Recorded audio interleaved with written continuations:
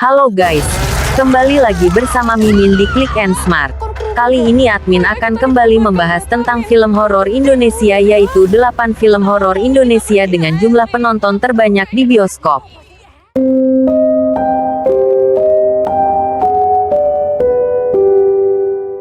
Nur, Widya, Ayu, Bima, Anton, dan Wahyu adalah 6 orang mahasiswa yang melaksanakan kuliah kerja nyata KKN di sebuah desa terpencil. Namun, mereka sama sekali tidak menyangka bahwa desa yang mereka pilih bukanlah desa biasa. Pak Prabu, sang kepala desa, telah memperingatkan mereka untuk tidak melewati batas gapura terlarang. Beberapa hari di desa tersebut, mereka mulai merasakan keanehan. Bima mengalami perubahan sikap dan program KKN mereka akhirnya berantakan. Mereka pun mendapatkan teror sosok penari misterius menyeramkan. Mereka meminta bantuan Mbah Buyut, dukun setempat. Sayangnya, mereka terancam tidak bisa pulang dengan selamat dari desa yang dikenal dengan sebutan desa penari tersebut. Emangnya kamu gak dengar? Di desa orang, ikutan Doni kamu bersekutu sama jin. Kan kamu yang pilih tempat ini, ha? Bukan tempatnya yang salah.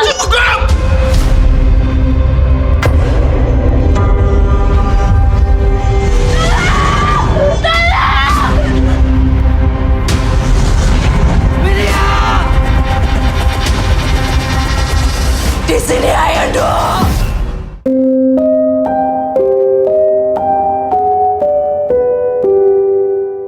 Rini, adiknya Tony, dan Bondi, serta sang ayah Bahri, tinggal di sebuah rumah susun. Mereka telah berhasil menyelamatkan diri dari peristiwa yang membuat mereka kehilangan sang ibu, Mawarni, dan si bungsu Ian. Tinggal di rumah susun yang dihuni banyak orang, ternyata tidak menjanjikan rasa aman. Apalagi mereka tidak mengenal siapa saja tetangga mereka. Latar waktu itu tahun 1984. Badan Meteorologi, Klimatologi, dan Geofisika mengumumkan akan ada badai hebat. Namun keluarga Rini memutuskan untuk tetap tinggal di lantai atas rusun itu. Ternyata, bukan badai yang mereka takutkan, melainkan orang yang ingin mengambil keuntungan atas mereka. Teror demi teror yang mengancam mereka alami, termasuk dari pengganggu yang bukan manusia.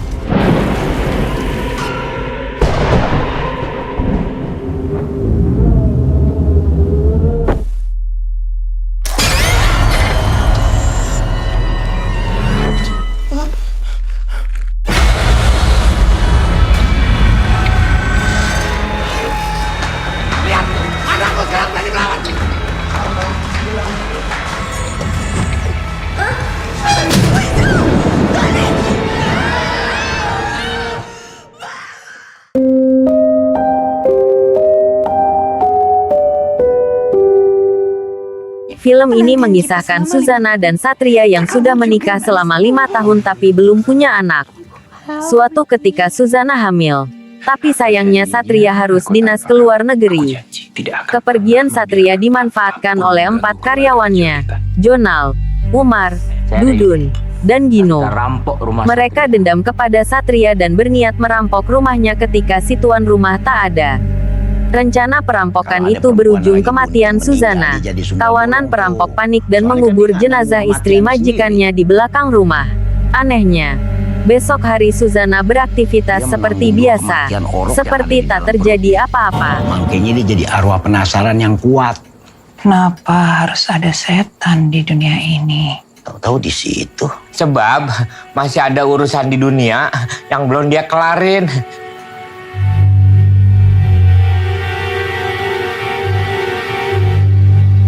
Ada karyawan pabrik digangguin sama sundel bolong. Katanya penjelmaan ibu. Ada beberapa berita yang membicarakan hal yang tidak-tidak tentang keluarga kita. Sungguh aku lihat Susana, dia berubah menjadi sundel bolong.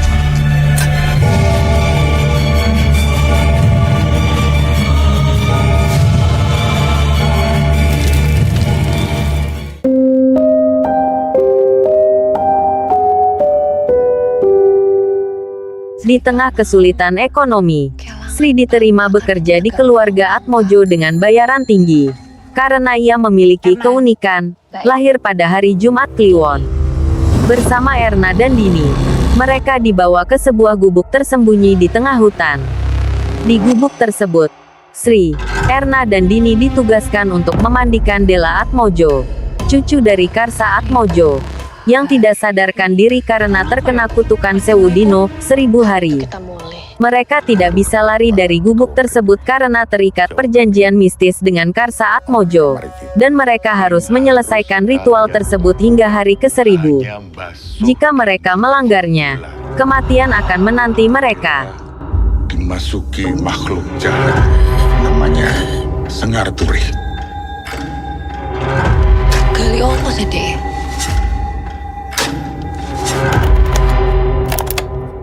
Menungso ing donya iku sebab ana perkara. Menungso ing dunya iku sebab ana perkara. Rungokno wae penghuni donya. Wahai penghuni dunya.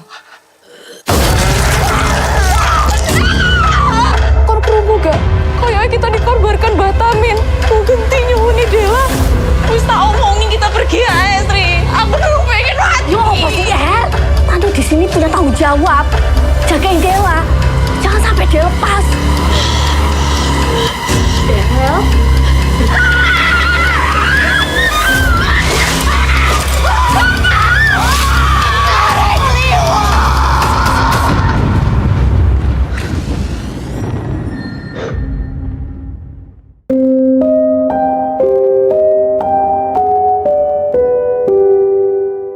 Film ini diadaptasi dari novel Meruntih Berang Ivana Fandi karya Risa Saraswati, dan merupakan spin-off dari film Danur 2, Madah. Ambar dan keluarganya mendapatkan teror saat mereka merayakan Lebaran di daerah Bandung. Ambar, perempuan muda cantik yang memiliki keterbatasan penglihatan, itu ternyata mampu melihat hal-hal yang tidak dapat dilihat orang lain. Keluarga itu diteror sosok hantu bernama Ivana, perempuan cantik asal Belanda yang berambut pirang. Hantu Ivana sangat membenci orang-orang berparas Melayu, perempuan cantik, dan keluarga bahagia. Itu karena Ivana merupakan korban ketidakadilan pada masa transisi antara kolonial Belanda dan Jepang. Kebaikan keluarga Ivana terhadap masyarakat pribumi pada masa itu justru dikhianati, hingga ia akhirnya tewas mengenaskan. Semenjak mata Ambar dioperasi, Ambar jadi sensitif sama hal-hal yang orang biasa nggak bisa lihat.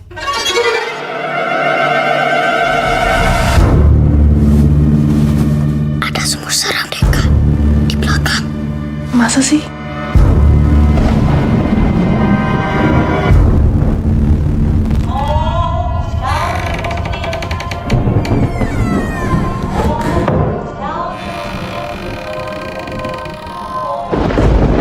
Semalam tiba-tiba aku dengar lagu Belanda itu dari intercom.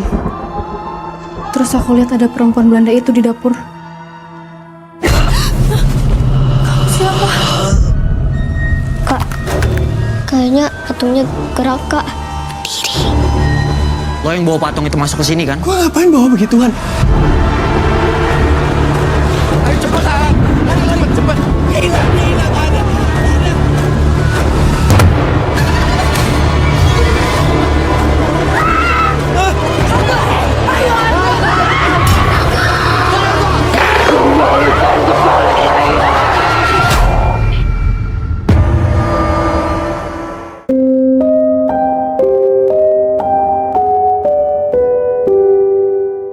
Talia, Erlan, dan Ahmad merupakan mahasiswa jurusan psikologi yang melakukan penelitian untuk skripsi mengenai pasien gangguan jiwa bernama Nina, yang dipasung dengan menggunakan kayu di sebuah pondok kecil. Gangguan jiwa yang dialami Nina menyebabkan ia melakukan tindakan-tindakan di luar nalar. Gangguan tersebut selalu muncul menjelang maghrib, sehingga ia harus dipasung di waktu-waktu tersebut. Sembari menjalankan penelitiannya, ketiga mahasiswa tersebut memasuki situasi mengerikan dan berbahaya tanpa disadari.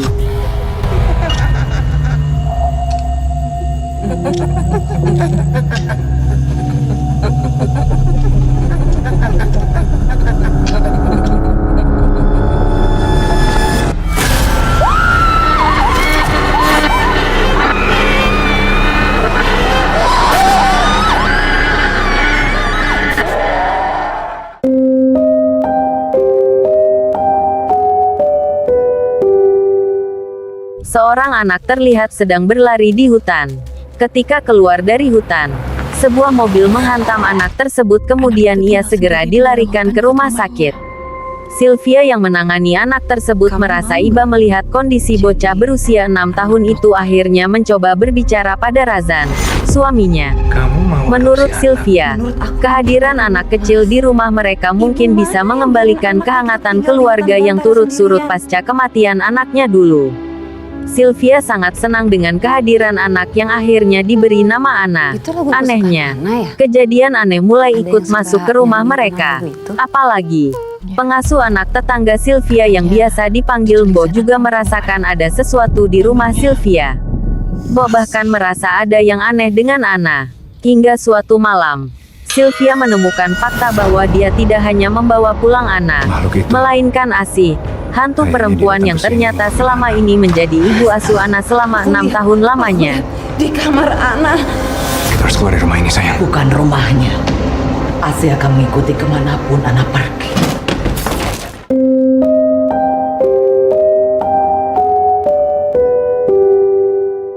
Edwin dan Neta bersama dua anak mereka, Agam dan Sekar, kembali ke kampung Neta di Temanggung.